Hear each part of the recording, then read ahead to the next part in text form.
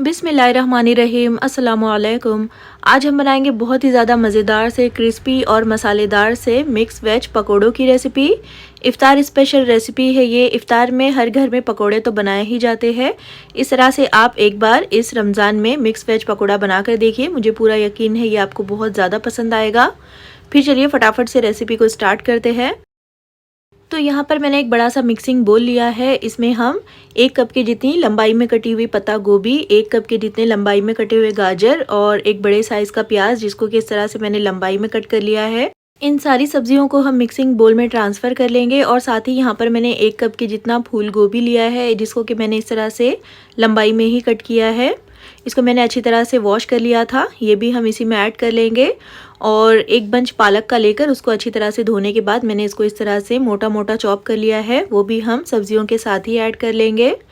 और साथ ही हम इसमें कुछ मसाले ऐड करेंगे। 1 टेबलस्पून कुटा हुआ साबुत धनिया, 1 टीस्पून चिली फ्लेक्स, आधा टीस्पून गरम मसाला पाउडर, 1 टेबलस्पून दरदरा पिसा हुआ सौंफ का पाउडर, आधा टीस्पून भुने हुए जीरे का पाउडर, 1/4 टीस्पून हल्दी पाउडर, आधा टीस्पून काला नमक, 1 teaspoon chaat masala powder add करेंगे। तो यहाँ पर आप नमक और मिर्चें जो है अपने टेस्ट के हिसाब से डालिएगा। साथ ही इसमें 1 टीस्पून अजवाइन ऐड कर लीजिए, ये डाइजेशन के लिए काफ़ी ज़्यादा अच्छी होती है। 1 टीस्पून हम इसमें साबुत ज़ीरा भी ऐड कर लेंगे। मुट्ठी भरकर बारीक कटा हुआ हरा धनिया है ये, इसको भी ऐड कर लेंगे। और साथ ही यहाँ पर मैंने 3 से 4 हरी मिर्चों को बिल्कुल बारीक बारीक कट कर लिया है, वो भी डाल दीजिए। अगर बच्चों के लिए बनाना हो तो फिर हरी मिर्चें आप अपने टेस्ट के हिसाब से कम या ज़्यादा कर लीजिएगा। 1 टीस्पून या फिर टेस्ट के हिसाब से इसमें नमक डालेंगे। तो नमक जो है चाट मसाले में भी होता है, तो नमक को एहतियात से डालिएगा। अब इन सारी चीज़ों को अच्छी तरह से मिक्स कर लेंगे, सारे मसालों को पहले अच्छे से मिला देंगे। उसके बाद हम इसमें एक बड़े साइज़ के आलू को इस तरह से लंबा लंबा कट कर कर डालेंगे। तो आलू को मैंने कट करने के बाद कुछ देर के लिए पानी में रख लिया था, उसके बाद मैंने ऐड कर लिया है। आलूओं को भी अच्छी तरह से मिक्स करने के बाद हम इसमें अब बेसन ऐड करेंगे। तो 1 कप भरकर यहाँ पर मैंने बेसन लिया है। और साथ ही 1/4 कप ये है चावल का आटा। इसको डालने से पकौड़े बहुत ही ज़्यादा क्रिस्पी और कुरकुरे बनकर तैयार होंगे। अब हम बिना पानी डाले ही पहले बेसन और चावल के आटे को सब्जियों के साथ, मसालों के साथ मिक्स करेंगे, क्योंकि सब्जियों में हमने नमक ऐड कर दिया है और सब्जियों में बहुत सारा मॉइस्चर रिलीज़ होगा और उसी मॉइस्चर में बेसन अच्छी तरह से मिक्स हो जाएगा। अब बेसन यहाँ पर कम लग रहा था तो आधा कप से थोड़ा सा ज़्यादा मैंने और ऐड किया है। 2 टेबलस्पून मैंने इसमें पानी भी ऐड किया है। तो पानी आप ज़रूरत के मुताबिक डालिएगा, बहुत ज़्यादा पानी हमें इसमें नहीं डालना है।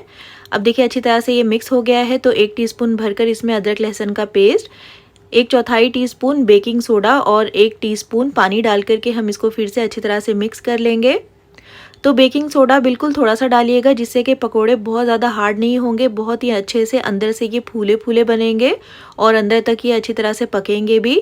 अच्छी तरह से मिक्स कर लीजिए। और देखिए पानी बहुत ज़्यादा मत डालिएगा, लेकिन अगर आपको ये बिल्कुल ड्राई लग रहा हो तो आप 1 से 1.5 टेबलस्पून पानी इसमें ऐड कर सकते हो।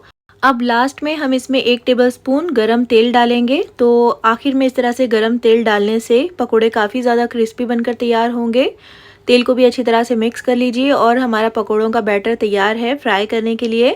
तो इस तरह से थोड़ा थोड़ा सा पोर्शन उठा करके हम गर्मा गर्म तेल में डालते जाएंगे और इनको फ्राई करते जाएंगे।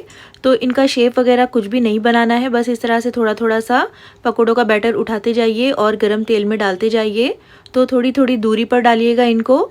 और जो ऑयल है वो अच्छी तरह से गर्म होना चाहिए, बहुत ही धुआंधार गर्म हमें नहीं करना है, बस मीडियम हाई फ्लेम रखिएगा और इसी तरह से पकोड़ों को फ्राई करते जाइए।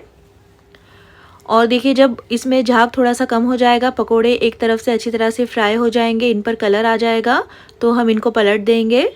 और पलट करके भी हमें इन पकोड़ों को मीडियम फ्लेम पर ही फ्राई करना है, जिससे कि ये अंदर तक अच्छी तरह से पकेंगे भी और ऊपर से अच्छी तरह से ये क्रिस्पी हो जाएंगे और अच्छी तरह से गोल्डन भी हो जाएंगे। तो यहाँ पर देखिए इनको अलट पलट करते हुए मैंने तकरीबन 6 से 7 मिनट तक फ्राई कर लिया है और बहुत अच्छा सा इनके ऊपर कलर भी आ गया है, बहुत अच्छे से ये क्रिस्पी और करारे हो गए हैं। तो इनको हम ऑयल में से निकाल देंगे और निकाल कर आप इनको एक छलनी में रख दीजिएगा, जिससे कि अगर इनमें एक्स्ट्रा ऑयल होगा वो निकल जाएगा। और इसी तरह से हम सारे पकौड़ों को फ्राई करके गर्मा गर्म सर्व कर लेंगे। तो बहुत ही ज़्यादा क्रिस्पी, मज़ेदार से और मसालेदार से ये मिक्स वेज पकोड़े बनकर तैयार होते हैं। आप इनको हरी चटनी और टोमेटो केचप के साथ सर्व कर सकते हो। तो इस रमज़ान इफ्तार में इस मज़ेदार सी और बहुत ही आसान सी रेसिपी को ट्राई एक बार ज़रूर कीजिएगा। और अगर रेसिपी पसंद आई हो तो प्लीज़ इसको लाइक और चैनल को सब्सक्राइब करना बिल्कुल भी मत भूलिएगा। तो फिर इंशाल्लाह मिलते हैं नेक्स्ट वीडियो में एक और बहुत ही अच्छी सी ज़बरदस्त सी रेसिपी के साथ। तब तक अपना ख्याल रखिए, दुआओं में याद रखिए। अल्लाह हाफिज़।